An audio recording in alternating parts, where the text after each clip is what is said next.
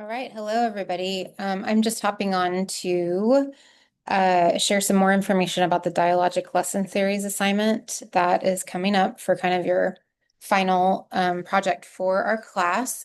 I just wanted to give you a little kind of preemptive information about it. I've had a couple people asking and thought it might just be a good idea to run through some basics. Of course, if you have questions, feel free to reach out anytime. But I just wanted to run through some of the general stuff that you might need to know to get started on it. So the purpose of the assignment is here. So I really wanted to think of a way that you could show what you learned in a synthesized way. So thinking across all of the things we discussed this semester related to curriculum, instruction, and assessment, those cycles, all the things, the political things that feed into all of those, and then just the way things are enacted in the classroom. So the goal of this assignment is for you to be able to have a task that forces you to kind of pull all of that together so it can show how you're understanding an effective curriculum, instruction, and assessment cycle.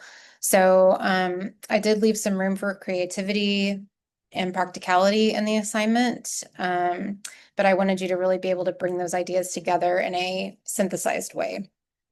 So keep that in mind as you're developing your lesson series, that it should synthesize the information we covered across the semester. And also then, of course, to tie the theories that we talk about, the political realities, the all of the things that go into kind of the scope of curriculum instruction and assessment in a very practical manner. So that's another goal of the assignment. So it's not just a random torture exercise. It's really meant to help you tie these things together in a way that will be useful and practical and be able to think with agency. Okay, so what is required? Let me zoom out here to the syllabus and talk about this a little bit. So you always want to defer back to just the syllabus description. This has all of that information in there. It talks about the purpose, which I've kind of already talked about, but you can read that. There will be several components to the lesson, but the big bulk of it is at least 3 lessons. And the reason that I'm doing that is that in order to fully kind of look across the instruction and assessment cycle, especially, you kind of need a lesson, an assessment, and then like, what are you going to do next, right, with that information? So that was the purpose of that.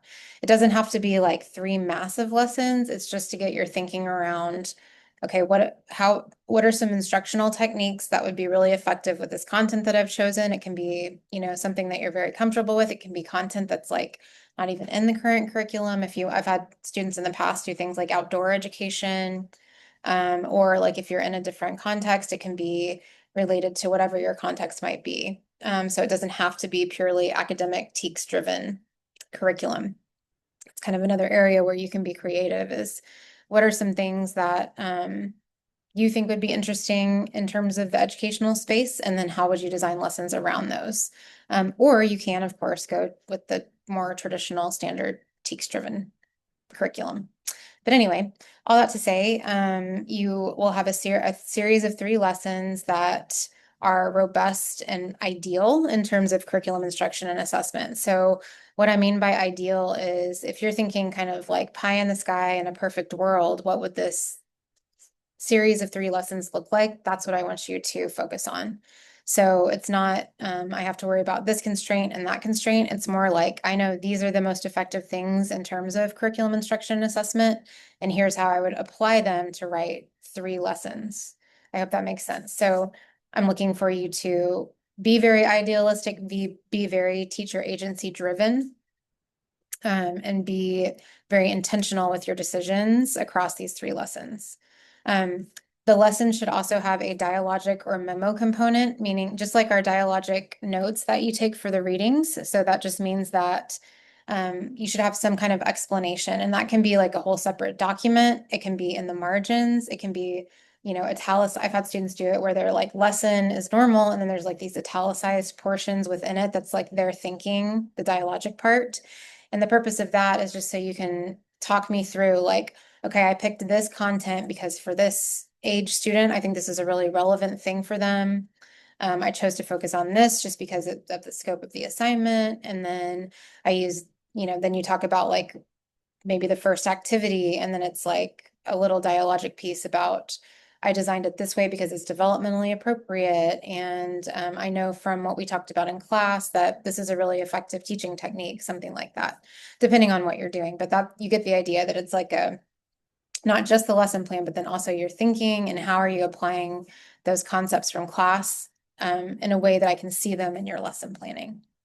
Okay, then the assessments, of course, should be authentic. We talked a lot about things like humanizing assessment, so I'd like you to play with those ideas if they resonate with you. But they should be, of course, aligned to whatever the instructional goals for this particular 3 lessons are. And like I said, this can be a creative exercise. So your learning goals don't have to look like they look, for your particular administration right now or like they do for TEA. You can be creative with those. So but you want to make sure everything's aligned. That's the main thing. Any format is okay as long as you include all of these components. So it doesn't have to have the, 100 things that we include in our teacher candidate lesson plan. If you're more comfortable with like a holistic lesson plan or something that's more like chunked instead of real specific task, that's fine too, as long as you're meeting the required components of the 3 lessons, the dialogic component, the assessments.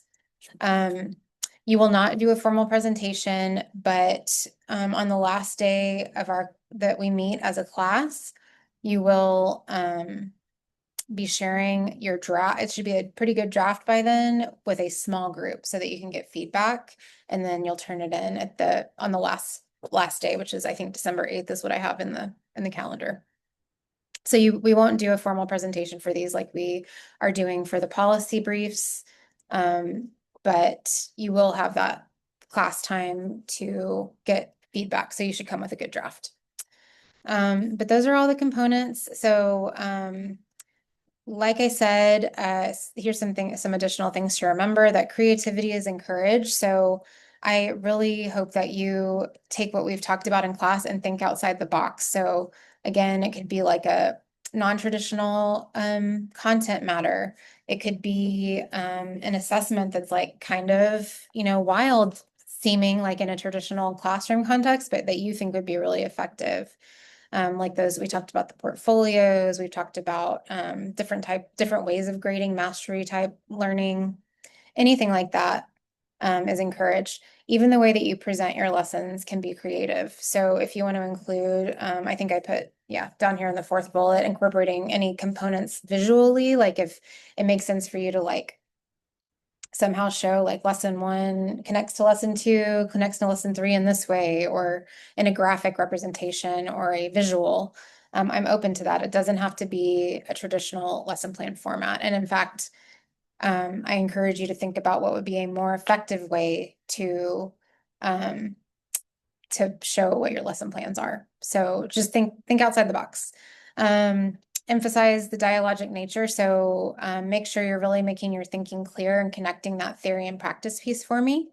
And keep in mind that depth is better than breadth. So I would rather you have like a really dynamite series of 3 lessons on one tiny topic or one tiny idea than over, 20 ideas, but a very shallow understanding of those, if that makes sense. So we're really going for depth here. I want you to think about, okay, I have this learning goal, and so how can I really hit that hard? Not thinking about covering a lot, but covering something really in depth in a way where you're going to get really good student engagement and really good understanding of what students know about that topic through your assessments.